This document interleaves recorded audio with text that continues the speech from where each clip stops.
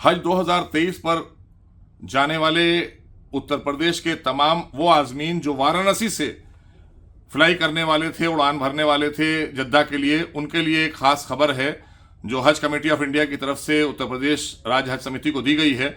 तो हम आपसे सोशल मीडिया के जरिए साझा कर रहे हैं कि अब आपकी फ्लाइट वाराणसी से नहीं जाएगी। आपकी फ्लाइट 6 जून 2023 के बाद से लखनऊ के अमौसी एयरपोर्ट से जाएगी।